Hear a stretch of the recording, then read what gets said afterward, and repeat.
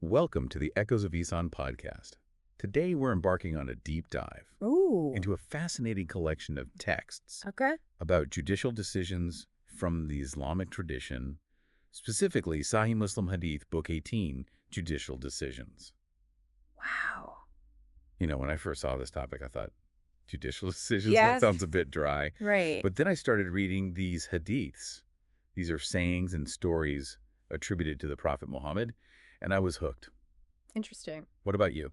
Well, it's true. These hadiths offer a window into a system of justice that, Yeah. while rooted in a specific time and place, grapples with universal questions I see. of fairness, evidence, and the very nature of truth. Exactly. And it's not just abstract legal theory either. Right. We're going to encounter stories about Okay. lost camels, family disputes, and even some clever detective work. Wow. So if you're ready to explore how these centuries-old teachings might still be relevant to us today, let's dive right in. I'm ready when you are. Okay, so right off the bat, we have several hadiths Mm-hmm.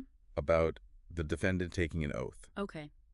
At first glance, it seems pretty straightforward. Right. Swear you're innocent and you're good to go. Yeah. But then things get more nuanced. Interesting. One hadith mentions a judgment being made with an oath, A and D, a witness.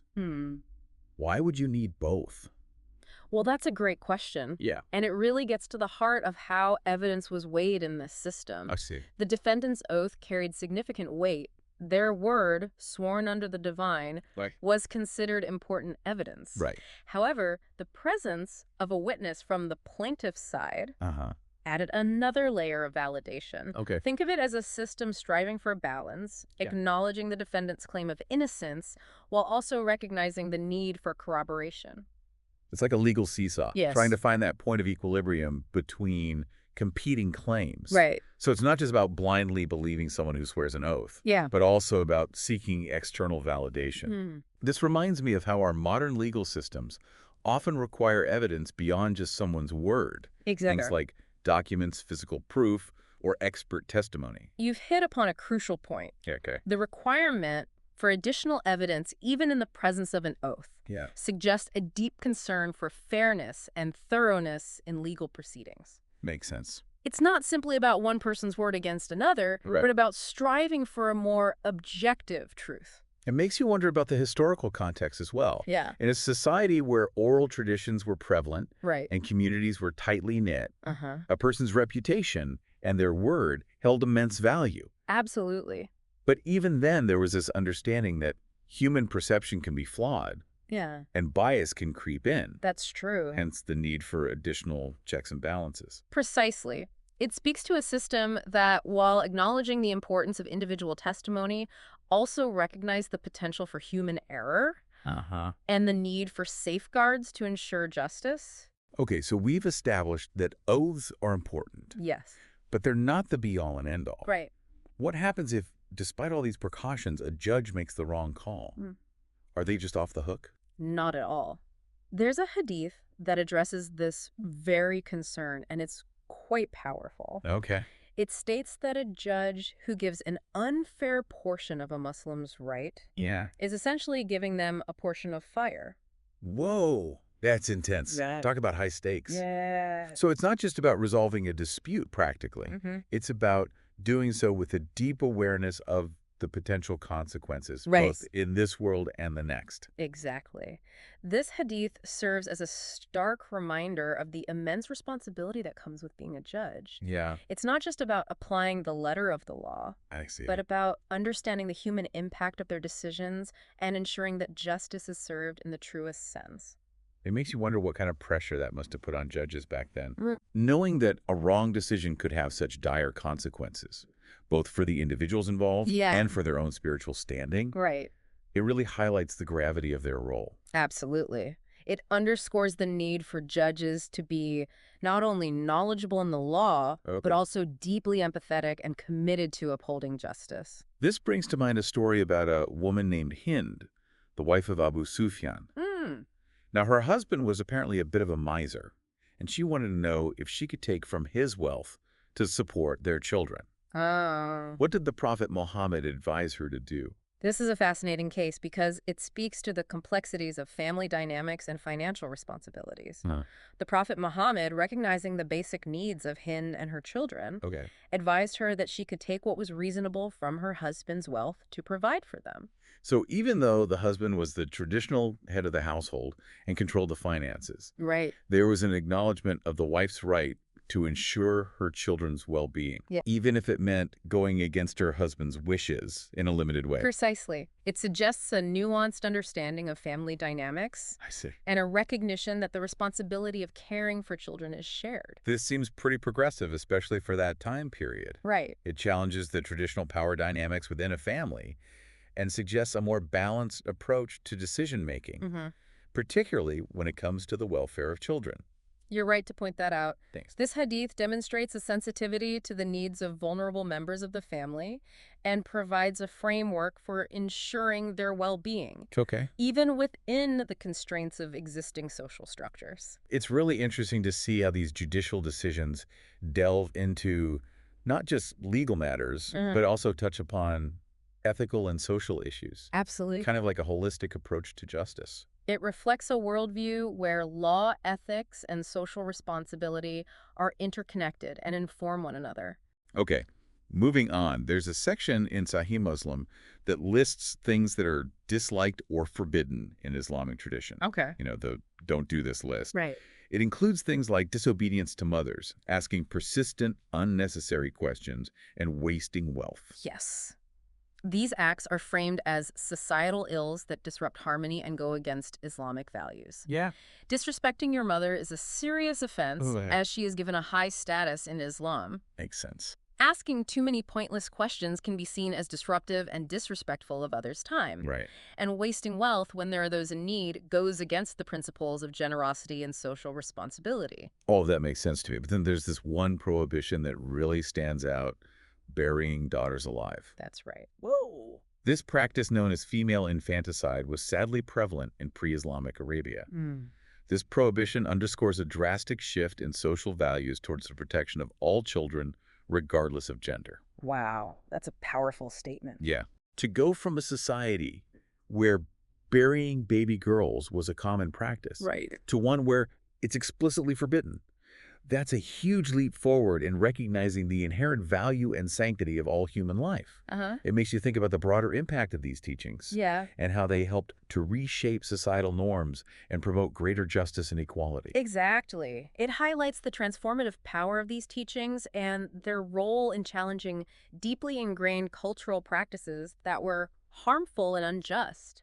It's incredible how these hadiths address not just legal matters, but also touch upon these deeply rooted social issues and advocate for positive change. Right. Speaking of change, Okay. let's move on to a story that's all about wisdom and discernment. Interesting. I've got two mothers arguing over a child. Okay. King David judges in favor of the older woman based on their arguments.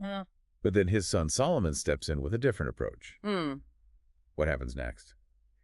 Solomon, known for his wisdom and cleverness. Instead of relying solely on the women's arguments, he proposes a seemingly drastic solution, cutting the child in half and giving each woman a portion. Wow.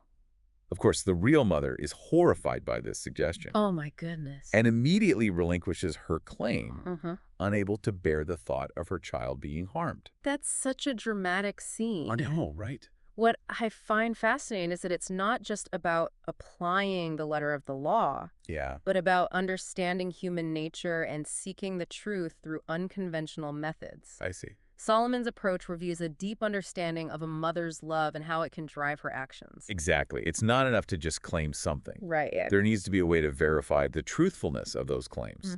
Solomon's method, while unconventional, serves as a powerful test of the mother's true feelings. It reminds us that sometimes the most straightforward answer isn't always the right one, True. and that we need to look beyond the surface to uncover the underlying truth. Right. And we need to be willing to think outside the box.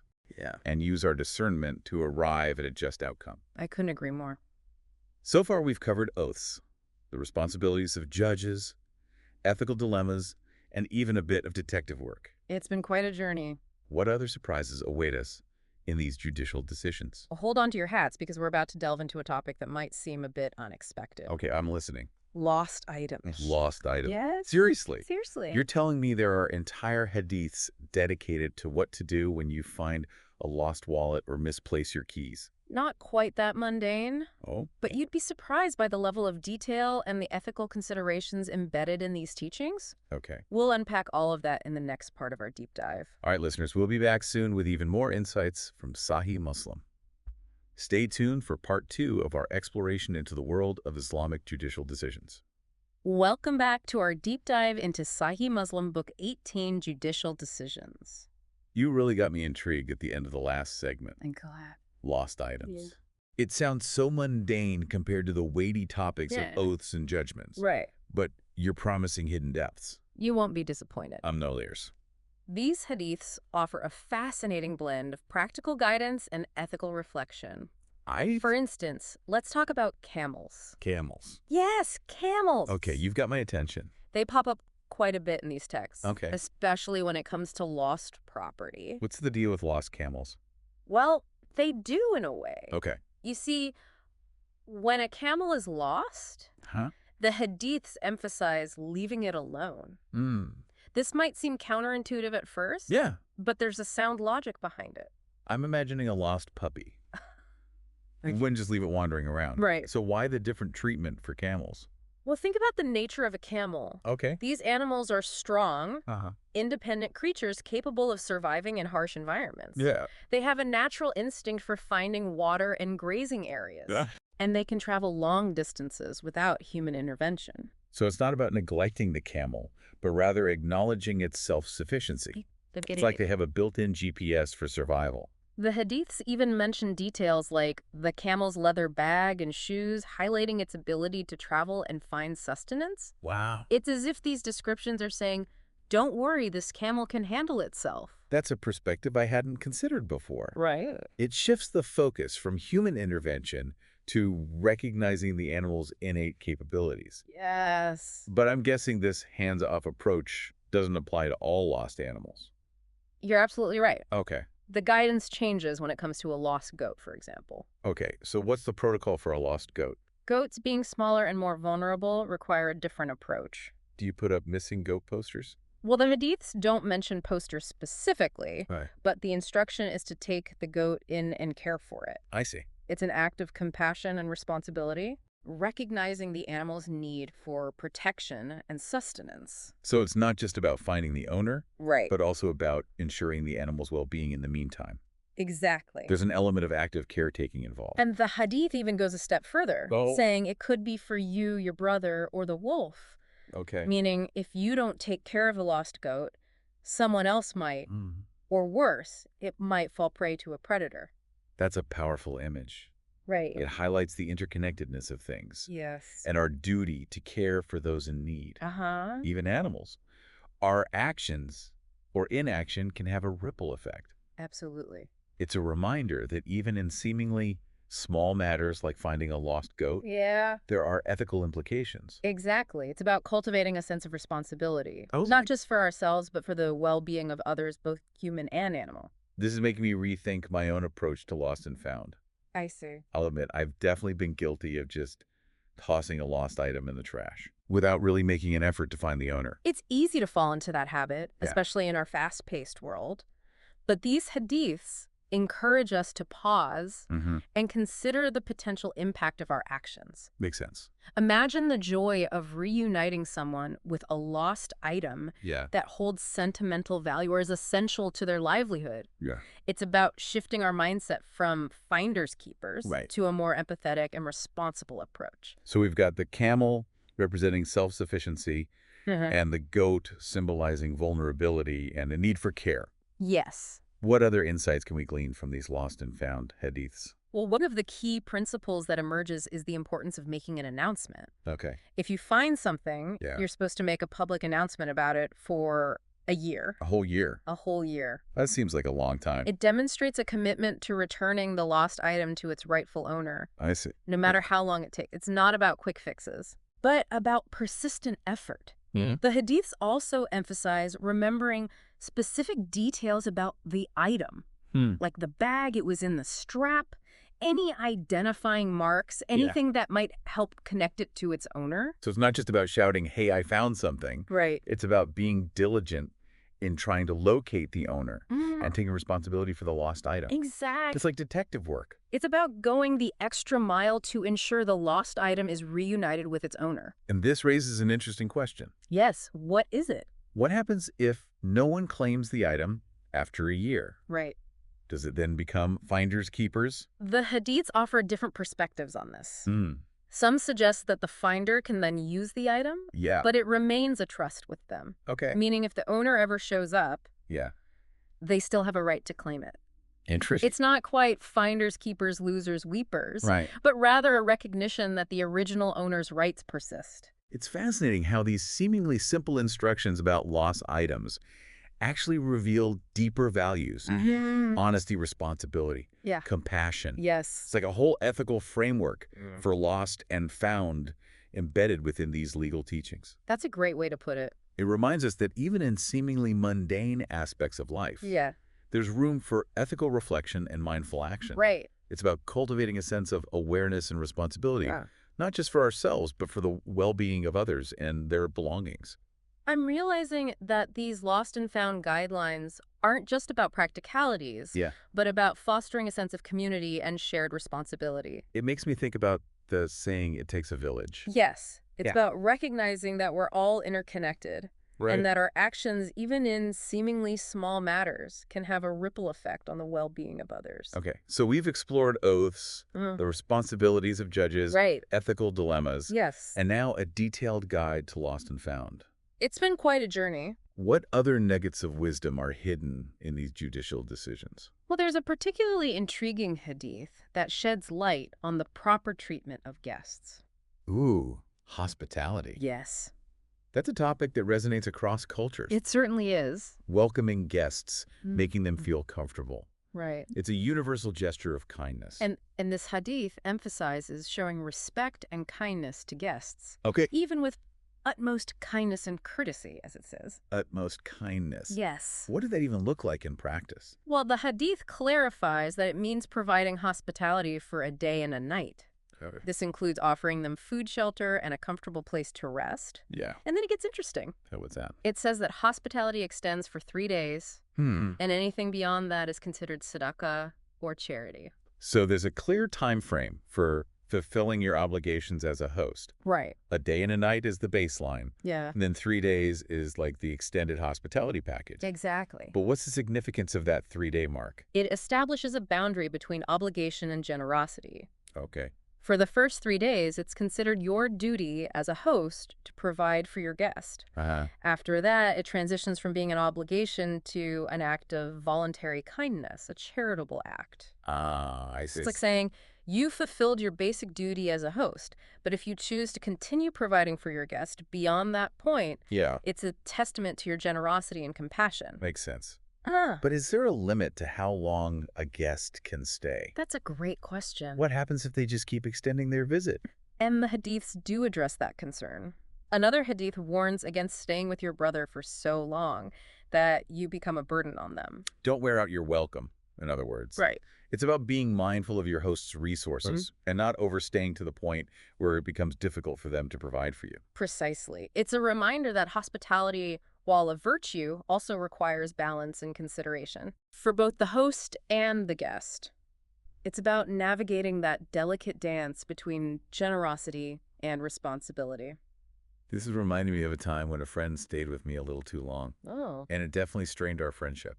If only I had known about this hadith back then. Yeah. Maybe we could have had a more open conversation about expectations and boundaries. It's a valuable reminder for all of us. Yeah. Clear communication is key in any relationship, especially when it comes to hospitality. Makes sense. It's about setting clear expectations from the beginning and being respectful of each other's needs and limitations. These teachings from centuries ago are offering some surprisingly practical guidance for our modern lives. They truly are timeless. It's amazing how they speak to universal human experiences and challenges like navigating the complexities of hosting and being a guest. And we're not done yet. Oh. There's still more to explore in these judicial decisions. But perhaps we should take another pause here. and return for our final segment to wrap up this fascinating journey through the world of Islamic judicial wisdom. You got it. We'll be back soon with more fascinating insights from Sahih Muslim. Stay tuned, listeners. Welcome back to our deep dive into Sahih Muslim Book 18, Judicial Decisions. It's good to be back. We've covered so much ground already, from oaths and judgments to lost goats, generous camels, and even the etiquette of hospitality. Who knew Islamic jurisprudence could be so captivating? It's been quite a journey through the intricacies of Islamic legal thought, hasn't it? Yeah, it has. And we're not quite finished yet. We have one more fascinating hadith to explore. Okay. And it touches on a topic that's incredibly relevant even today. Okay. The distribution of wealth and the importance of sharing our surplus. Okay, this piques my interest. We've already seen how these hadiths blend legal principles with ethical guidance. Right. So I'm curious to see how this theme of sharing wealth fits into the picture. Yeah. What can you tell us about this particular hadith? Well, it paints a vivid scene. Imagine the Prophet Muhammad traveling with a group of people, and a man is riding his mount, looking around as if searching for something. Yeah. The Prophet then says, he who has an extra mount should give that to one who has no mount for him. Right away, we see this emphasis on practicality and meeting immediate needs. It's not just about abstract concepts of charity, but about actively looking around and noticing who might be lacking something essential. Exactly. And it doesn't stop with mounts. Really? The Prophet continues saying, he who has surplus of provisions should give them to him who has no provisions. He then lists various types of wealth, food, clothing, even money. I see. Essentially highlighting this principle. If you have more than you need, you should share it with those who are in need. It goes beyond a simple suggestion. It sounds like a call to action, a moral imperative to address the inequalities around us. Yes. It reminds me of that saying, there but for the grace of God go. Right. Recognizing that our own fortune could easily be reversed and encouraging empathy for those who are struggling. That's a beautiful connection. Thank you. And it's interesting because the hadith goes even further, stating that the sharing should be so widespread that we were of the opinion that none of us has any right over the surplus. Wow, that's a powerful statement.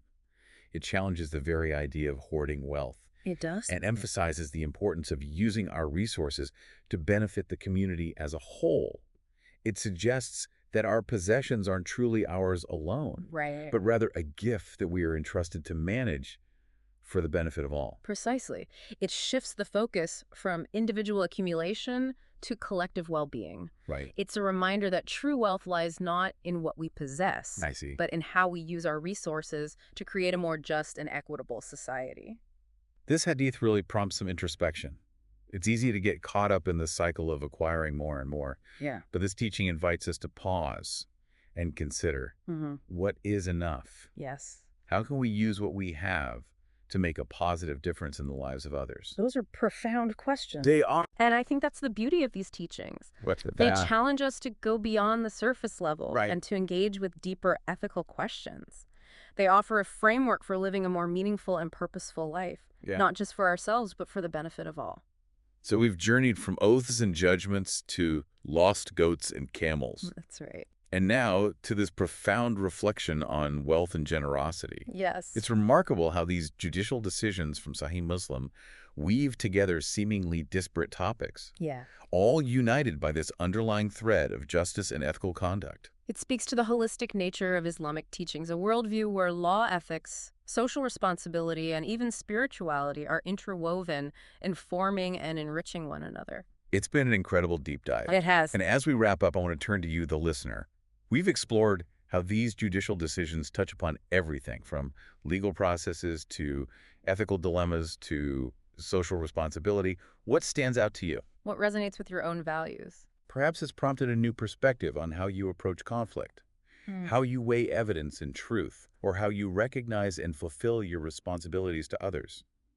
Maybe it sparked a curiosity to learn more about Islamic legal tradition, or to explore how these ancient principles can be applied in our modern world. And here's something to ponder as we leave you today. We talked about how giving an unfair portion of a Muslim's right is like giving them a portion of fire. Could that concept apply to any situation where we harm someone unjustly, even outside a legal context? Could our actions, even in seemingly small matters, have unintended consequences that ripple outward, causing harm or injustice? It's a thought-provoking idea, It is. and one that I hope will stay with you long after this episode ends. Thanks for joining us on this deep dive into the Echoes of Ihsan stir.